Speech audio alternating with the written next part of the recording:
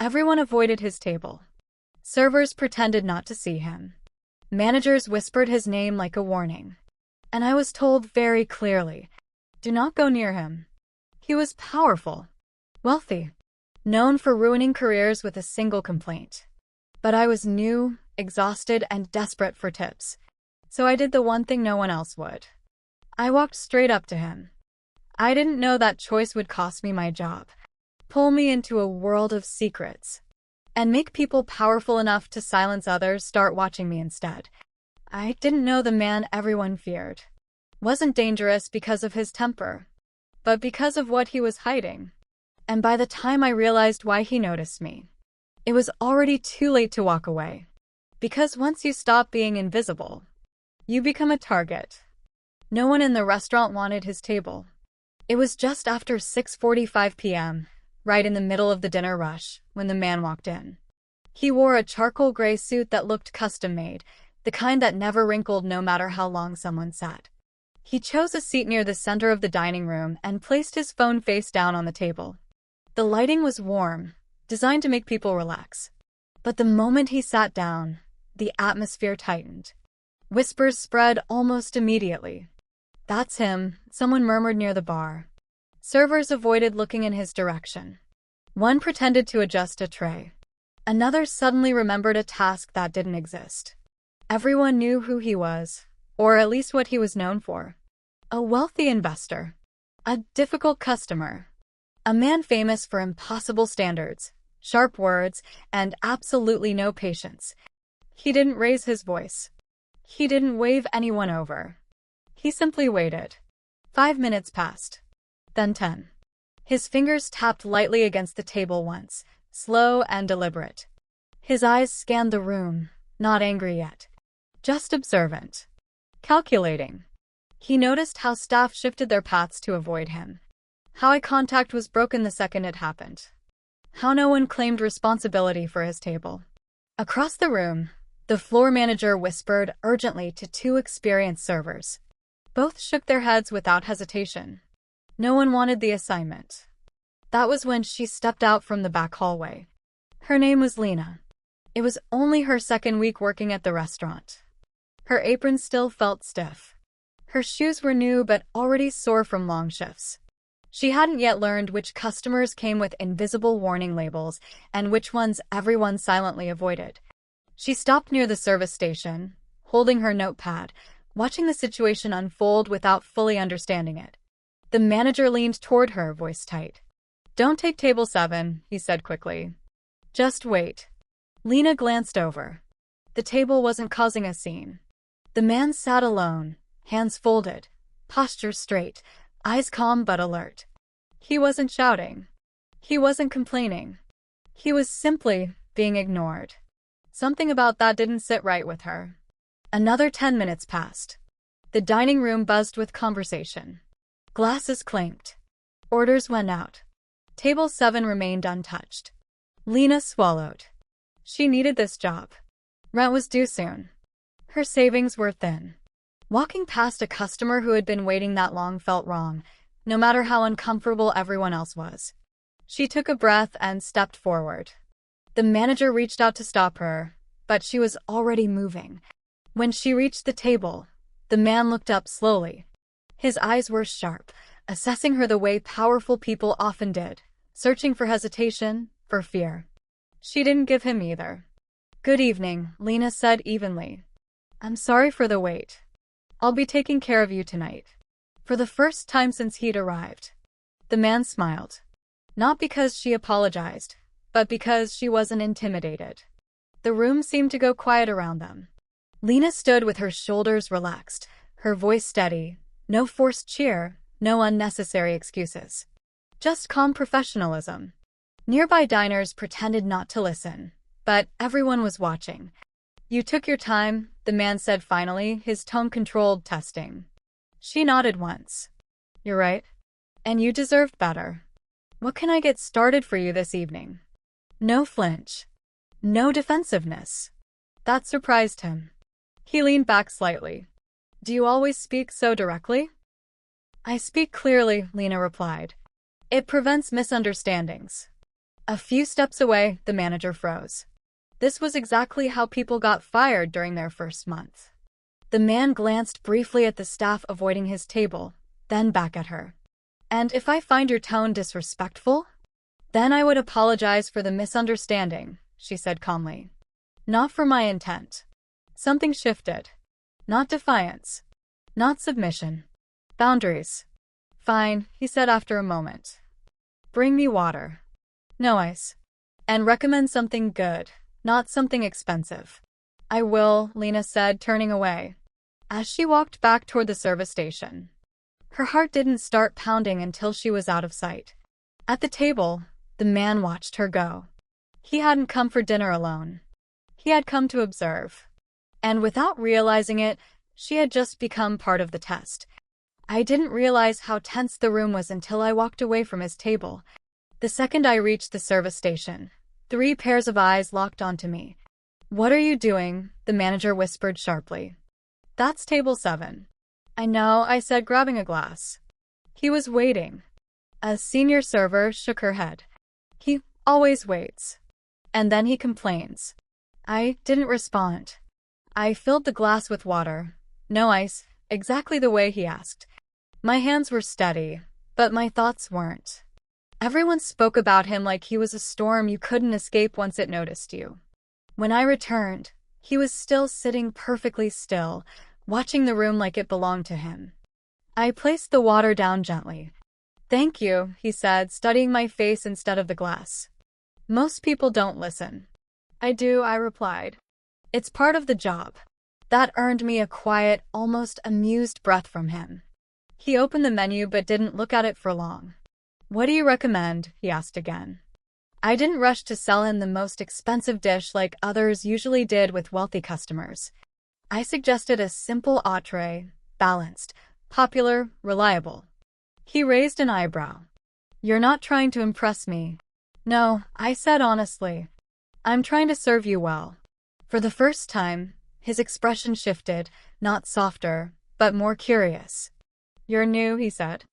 "Yes." "And you don't know who I am." "I know you're a guest," I replied. "That's enough." That made him laugh.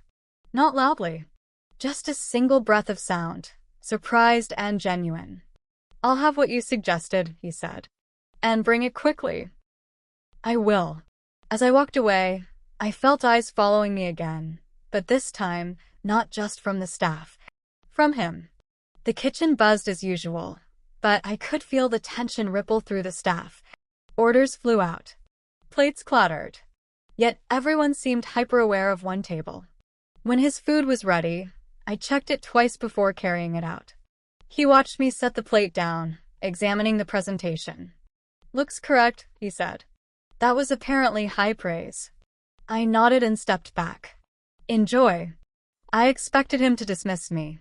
Instead, he spoke again. "Do you always treat difficult people this calmly?" "I don't decide who's difficult," I said. "I decide how I behave." He leaned back in his chair, studying me the way someone studies a puzzle. "Interesting," he said quietly. I excused myself, but my heart was beating faster now, not from fear, but from the strange awareness that this interaction mattered more than I understood. When he finished, he didn't wave me over. He waited. I approached with the check. He glanced at the total and slid his card onto the table without comment. Then he looked up. "What's your name?" he asked. "Lena." He repeated it slowly, as if committing it to memory. "I'm Ethan Caldwell," he said. "And you're the first person here who didn't pretend I wasn't standing in front of them." I wasn't sure what to say, so I said nothing. He stood, adjusted his jacket, and paused. "People reveal more about themselves when they think they have power," he added. "You didn't use it. That's rare." Then he left. I stood there for a moment, holding the receipt, unsure why my chest felt tight. Behind me, the manager exhaled in relief. "You're lucky," he muttered. "Very lucky." But something told me luck had nothing to do with it. I had just crossed paths with a man everyone feared. And somehow, without planning to, I had caught his attention. I didn't expect to see Ethan Caldwell again. Men like him didn't usually return to the same place, especially not after making such a quiet, unsettling impression. They came once, judged everything, and moved on. But 2 nights later, during another packed dinner service, he walked through the door again. Same suit. Same controlled posture. Same calm presence that somehow made everyone tense.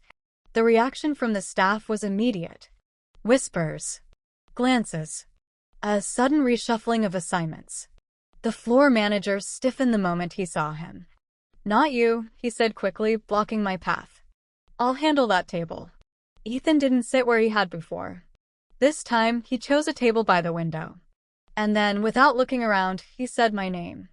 "Lena." The room froze. The manager turned slowly. "You know him?" "I know her," Ethan replied calmly. "She served me last time." Every eye shifted to me. I felt my stomach tighten, but I stepped forward anyway. "Yes," I said. "I'd like you to take my order again." It wasn't a request. The manager hesitated, clearly weighing risk against reputation. Finally, he nodded sharply. "Fine. But be careful." I walked over, aware of how exposed I suddenly felt. Ethan looked up at me with the faintest hint of a smile. "You remember how I take my water," he said. "No ice," I replied. He nodded. "Good." This time he didn't test me. He asked about the menu.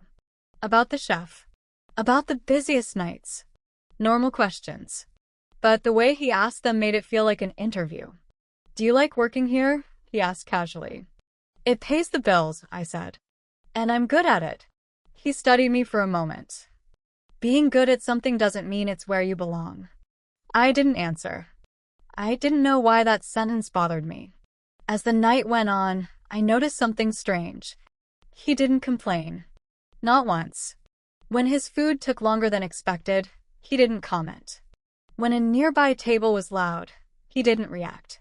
He simply observed, like the chaos around him was background noise. Other servers watched in disbelief. "Is he sick?" one whispered. I ignored them. After dessert, he didn't ask for the check right away. Instead, he leaned forward slightly. "Tell me something," he said. "Why did you take my table that night?" I hesitated. "Because ignoring someone doesn't make them less demanding," I answered. "It just makes things worse later." A slow smile appeared. "That's exactly what my employees don't understand." I frowned. "Employees?" He didn't clarify. He stood, placed his card down, and paused. "You don't react to intimidation," he said. "That's either confidence or experience." "Or exhaustion," I said honestly. That made him laugh again. After he left, the restaurant buzzed. "Do you know who he is?" a server asked me. "No," I said. Someone else leaned in. "He owns half the real estate on Harbor Avenue. Hotels. Offices. Restaurants." That explained the fear. And suddenly, his interest in me felt heavier. 3 days later, he came back again. Same table. Same quiet authority. This time, before ordering, he said something that changed everything. "Have you ever considered working somewhere else?" I blinked. "I already work somewhere else." "Here." He shook his head. "I meant somewhere you wouldn't be invisible." My pulse quickened. I didn't know what game he was playing. But I knew this. Men like Ethan Caldwell didn't repeat themselves. And they didn't ask questions unless they already knew the answer. I didn't answer him right away. The question sat between us, heavier than it should have been. "Working somewhere else?" I repeated. Ethan watched me closely, as if my reaction mattered more than my words. "I'm not offering you a job," he said calmly. "I'm offering you an opportunity." That word, opportunity, was dangerous.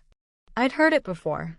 Usually from people who expected gratitude in exchange for control. "I don't even know what you do," I said. He smiled faintly. "Exactly." I brought him his water and waited for him to explain. Instead, he asked, "How long have you been a server?" 3 years, I answered. "Here and 2 other places." "And before that?" "School," I said. I didn't finish. That caught his attention. "Why?" "My father got sick," I said simply. "Someone had to help." He nodded once. No pity. No commentary.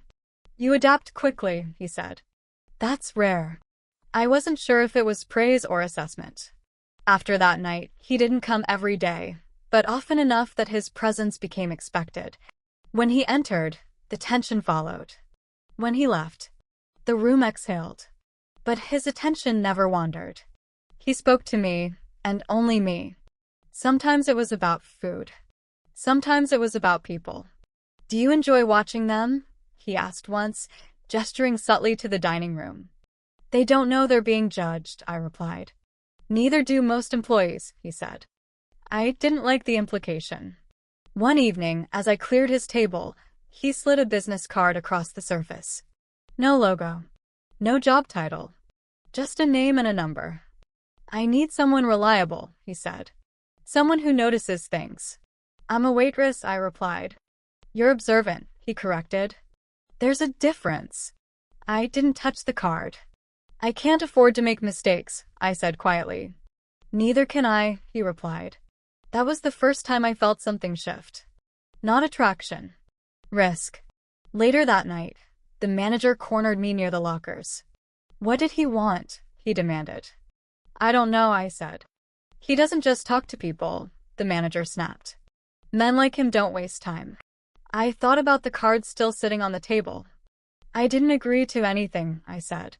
But I didn't throw it away either. The next day, things changed. My schedule was altered without explanation. My section got bigger. The pressure increased. It felt like someone was testing me. When Ethan returned that evening, I finally asked, Why me? He looked at me steadily. Because you didn't try to impress me, he said. And because you didn't fear me. I do fear you, I admitted. That's why you're interesting, he replied. He stood to leave. Call the number, he said. Or don't. As he walked away, I realized something that made my chest tighten. This wasn't about a job. It was about stepping into a world I didn't understand. And once I did, there would be no stepping back. I stared at the card for 2 days. It sat on my desk like a challenge I hadn't agreed to accept. I told myself I wouldn't call. People like Ethan Caldwell didn't offer opportunities without expecting something in return. And whatever world he belonged to, it wasn't built for someone like me. But on the third night, after another double shift and another argument with my landlord about late rent, I picked up my phone. I dialed the number. It rang once. Then his voice answered. Tomorrow. 8 a.m., he said.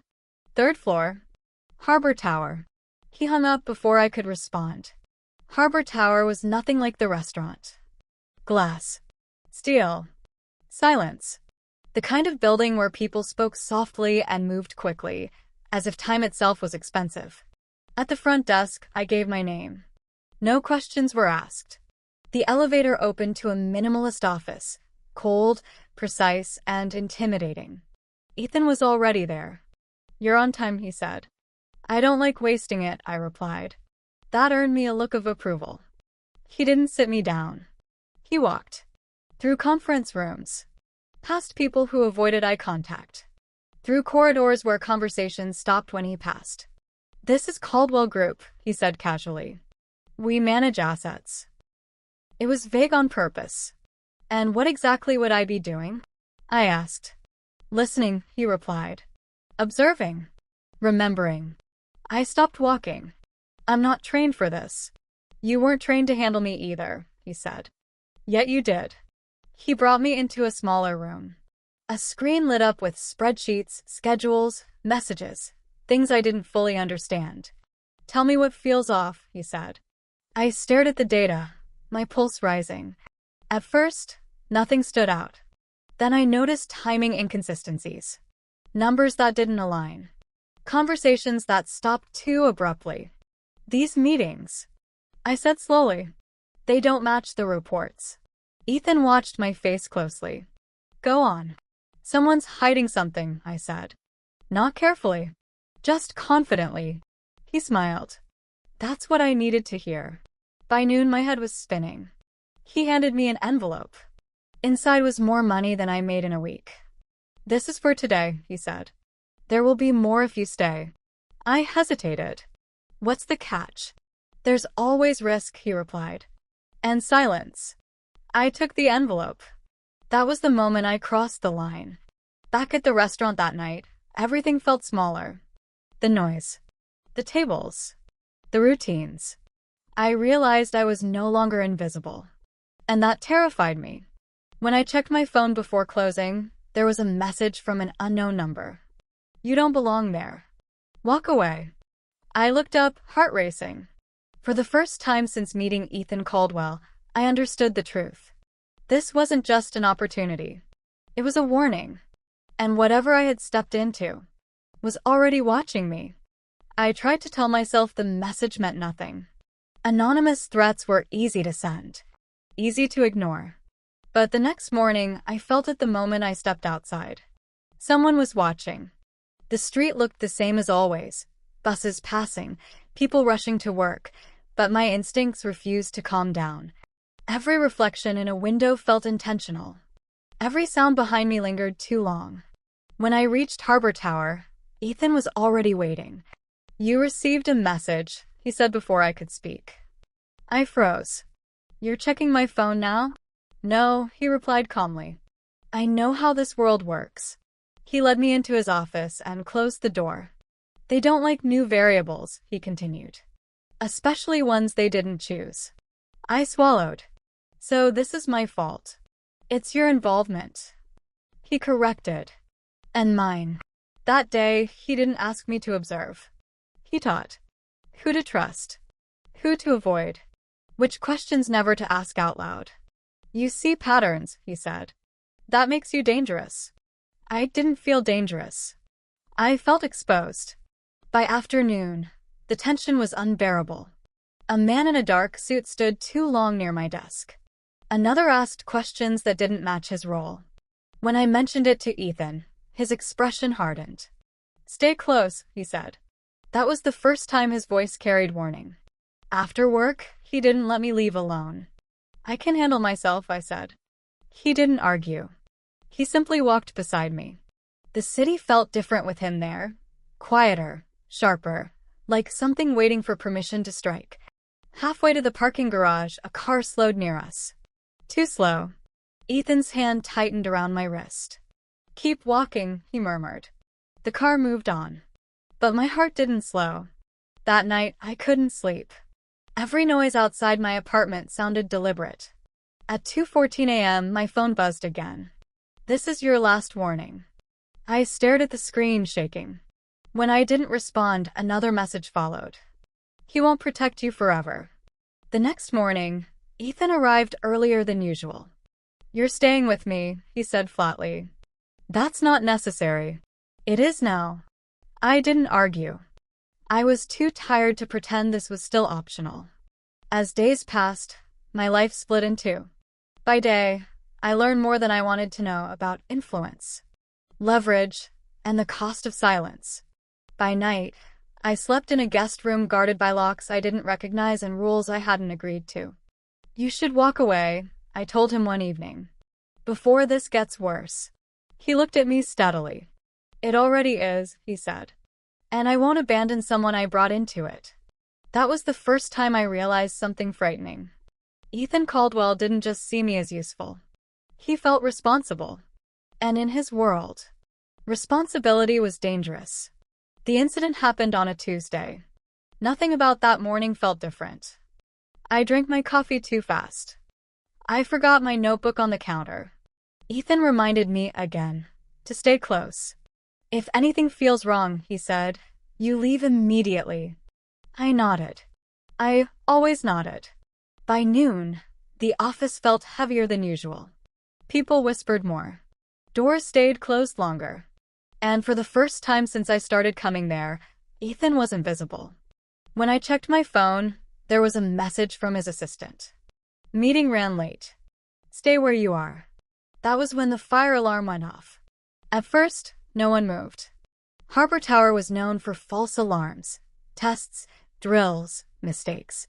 But then the lights flickered. And the elevators stopped. That's when panic crept in.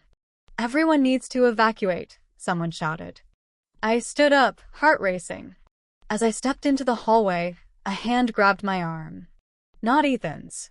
A man I'd never seen before leaned in close, his voice low and calm.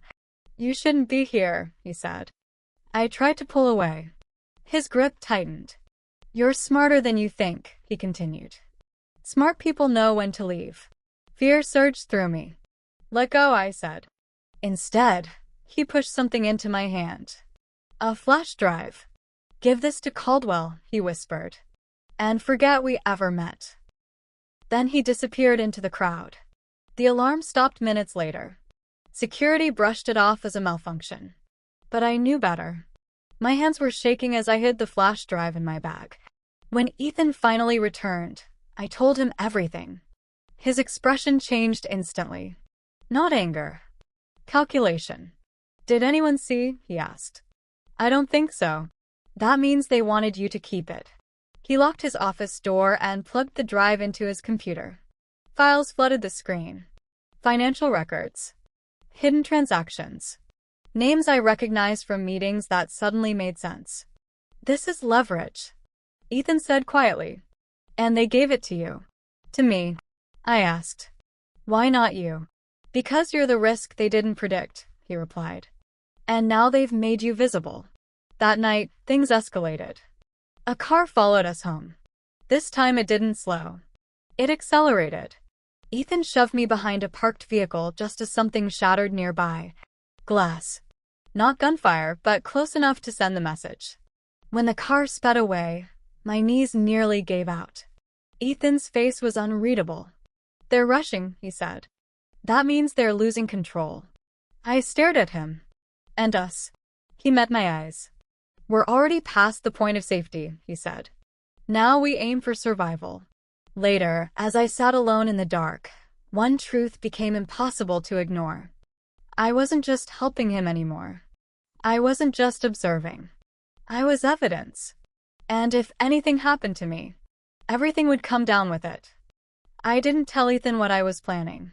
Not because I didn't trust him, but because if he knew, he would stop me. 4 days after the incident, security tightened around me.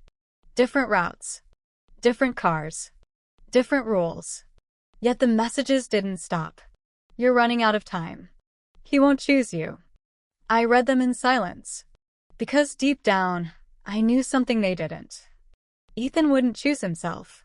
He would choose the truth. And that meant someone else would pay the price. The decision came quietly. One night, while Ethan was in a closed-door meeting, I copied the files from the flash drive. Not all of them. Just enough. Enough to make someone believe I was willing to trade. I left his apartment before midnight. No note. No explanation. Only the card he'd once given me, placed back on the table. The meeting happened in a nearly empty parking structure on the edge of the city. Concrete. Shadows. Echoes that made every sound feel amplified. 2 men were already there. "You came alone," one of them said. "I always do," I replied. They asked for the files. I handed over the drive. "This is only part of it," I said. "The rest is locked." One of them smiled. Smart. They slid a phone toward me. "Send Caldwell a message. Something that makes him believe you chose us." My throat tightened. I typed slowly. "I'm done. Don't look for me." Then I hit send. They let me leave. That was the worst part. Because I knew what the message would do to him. I didn't go far. I stayed in a small motel under a different name, waiting for the fallout. It didn't take long. News broke the next morning. Internal investigations. Sudden resignations. A lawsuit quietly withdrawn. The trap was working. But so was the danger. That night, my door was knocked on. Hard. I didn't open it. The handle rattled. Then silence. When I checked the hallway an hour later, there was an envelope on the floor. Inside was a single message. "You chose wrong." I sank onto the bed, shaking. For the first time, I wondered if I had miscalculated. If I had underestimated how much they wanted me gone, and how much Ethan would be willing to risk to bring me back. I knew they wouldn't wait long. People like that never did. By the 3rd night at the motel, I stopped sleeping altogether. Every sound outside my door felt deliberate.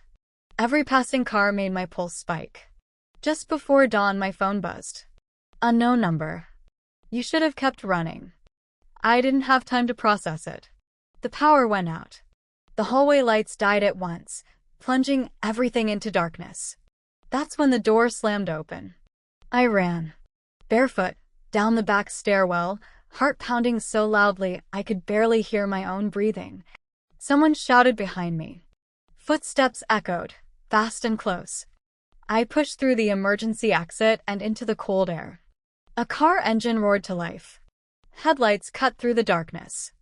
I turned a corner and collided with something solid. Strong hands grabbed my shoulders. I screamed. Lena. Ethan's voice. I froze. He pulled me against him just as something shattered nearby. Glass exploded across the pavement. This time it wasn't a warning. I don't remember getting into the car. I remember pain. A sharp impact. A ringing silence. Then nothing. I woke up to white light and the steady sound of machines. Hospital. My head throbbed. My body felt heavy, distant. Ethan was there. He looked worse than I'd ever seen him. Eyes bloodshot, jaw clenched so tightly it trembled. You shouldn't have come, I whispered. He shook his head. You shouldn't have gone alone. I turned my face away. I did what I had to. So did I, he replied. While I was unconscious, everything unraveled. The partial files I gave them forced their hand. They moved too fast, made mistakes, exposed connections they'd hidden for years. Ethan released the rest. All of it. The evidence hid at once. By morning, investigations were public. Warrants were issued. Names flooded the news. The people who chased me disappeared overnight. Later that evening, Ethan sat beside my bed. I knew you were trying to protect me, he said quietly. But you don't get to decide that alone. Tears slipped down my temples. I thought losing me would be safer. He took my hand, careful of the bruises. Losing you was never an option. As I drifted in and out of sleep, I realized something had shifted. The danger wasn't gone. But the fight was finally visible. And for the first time since this all began, I wasn't facing it alone. The world didn't end the way I thought it would. It didn't explode. It unraveled. Quietly. Over the weeks that followed, the names behind the threats vanished from the headlines one by one. Some resigned. Some disappeared behind closed doors. A few tried to deny everything, until the evidence refused to stay buried. The Caldwell Group was audited from top to bottom. Ethan stepped back from public view, not to hide, but to let the truth stand on its own. And for the first time since I met him, the man everyone feared looked relieved. I stayed in the hospital longer than expected. Not because of my injuries. Because I needed time to understand who I had become. When I was finally discharged, Ethan was waiting. No security. No drivers. Just him. I'm not asking you to stay, he said as we walked out into the sunlight. And I'm not asking you to leave. I looked at him. So what are you asking? That you choose, he said. Life slowed down after that. I didn't go back to the restaurant. Not because I was ashamed, but because I was finished hiding. Ethan helped me enroll in night classes. I took notes at the same kitchen table where I once counted tips and worried about rent. He learned to exist without control. I learned to exist without fear. It wasn't perfect, but it was honest. One evening, months later, we stood on his balcony watching the city lights turn on. Do you regret it? I asked. He didn't hesitate. I regret not trusting sooner, he said. Not you. I thought about the girl who had once been afraid to take a table no one wanted. She felt very far away. The truth is, I didn't change his world. I stepped into it. And in doing so, I stopped being invisible, to him, to others, and to myself. Some people come into your life as a challenge. Others come as a choice. Ethan Caldwell became both. And this time, I chose to stay. I faced the man everyone feared, and discovered the life I never thought I deserved.